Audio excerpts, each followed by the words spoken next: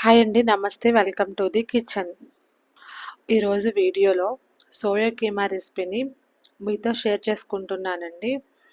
Non veg తినని వాళ్ళు కానీ, లేదంటే కార్తీక మాసంలో నాన్ వెజ్ ప్రిఫర్ చేయరు కదా చాలామంది. అలాంటప్పుడు చికెన్, మటన్ బదులుగా మంచి స్పైసీ ఘాటుగా సోయా కీమా రెసిపీని ట్రై చేయొచ్చు. చాలా టేస్టీగా ఉంటుంది. పిల్లలు, పెద్దలు కూడా మంచిగా ఎంజాయ్ చేస్తారు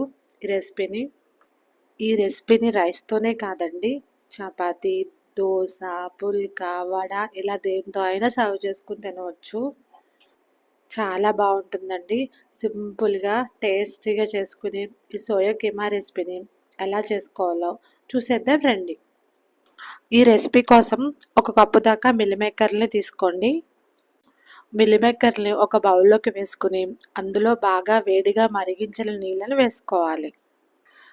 నీళ్ళను వేసిన తర్వాత జస్ట్ 1 నిమిషం పాటు ఉంచి నీళ్ళను మొత్తం వంచేయండి.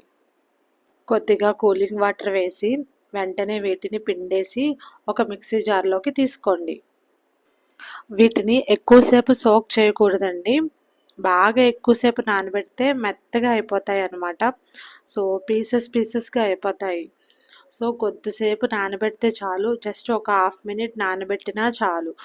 వేడి నీళ్ళల్లో వెంటనే పిండేసి మిక్సీ జార్లోకి తీసుకుని కొంచెం కోర్స్గా బ్లెండ్ చేసుకోవాలి. ఇలా బ్లెండ్ చేసుకున్న కీమాని ప్రిపేర్ చేసుకోవాలి. ఇప్పుడు స్టవ్ మీద ప్యాన్ పెట్టుకుని ప్యాన్లోకి 2 నుంచి 3 స్పూన్ల దాకా ఆయిల్ వేసుకుని ఆయిల్ అనేది హీట్ అయిన తర్వాత హోల్ గరం మసాలా వేసుకోండి. దాల్చిన చెక్క, లవం మొగ్గలు, యాలక్కాయలు, జీలకర్ర, అనాస పువ్వు, మిరియాలు, అలాగే ఒక బిర్యానీ ఆకు వీటిని వేసిన తర్వాత జస్ట్ ఒకసారి కలుపుకొని ఆ తర్వాత ఇందులోకి సన్నగా కట్ చేసిన 2 ఉల్లిపాయ ముక్కలు, 2 నుంచి 3 పచ్చిమిర్చి ఇలా చీల్చి వేసుకోండి. ఉల్లిపాయలు గోల్డెన్ షేడ్ వచ్చేంత వరకు ఫ్రై చేసుకోవాలి.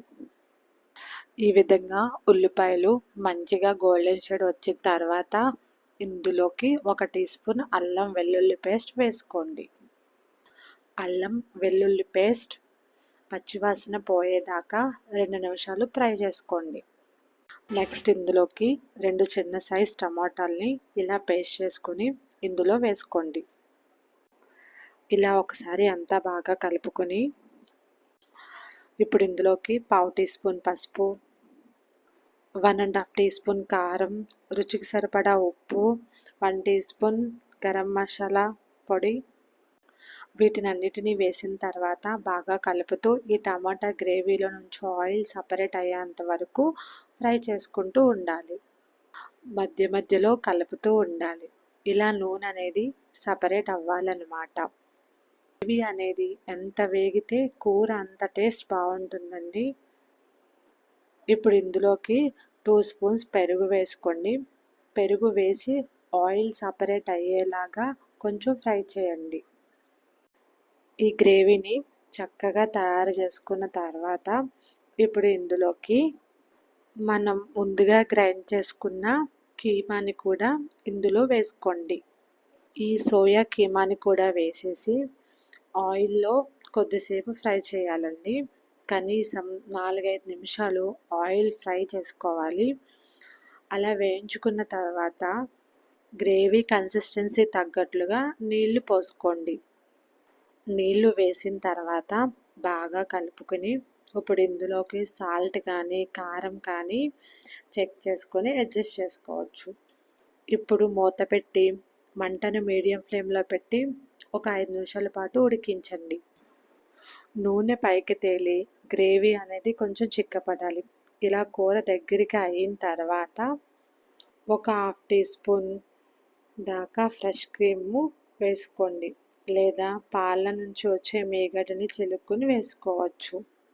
దీనితో పాటుగా ఒక చిన్న బటర్ పీస్ను కూడా వేసుకోండి. ఇవన్నీ వేయడం వల్ల డాబా సైడ్ ఫ్లేవర్ అనేది వస్తుందన్నమాట ఈ సోయా కీమాకి. తర్వాత ఒకసారి అంతా బాగా కలిపేసి ఒక 2 మినిట్స్ ఉంచి ఇందులోకి సన్నగా తరిగిన కొత్తిమీరని వేసుకొని ఒకసారి కలుపుకొని స్టవ్ ఆఫ్ చేసేయండి. వేడివేడిగా సర్వ్ చేసుకోవచ్చు.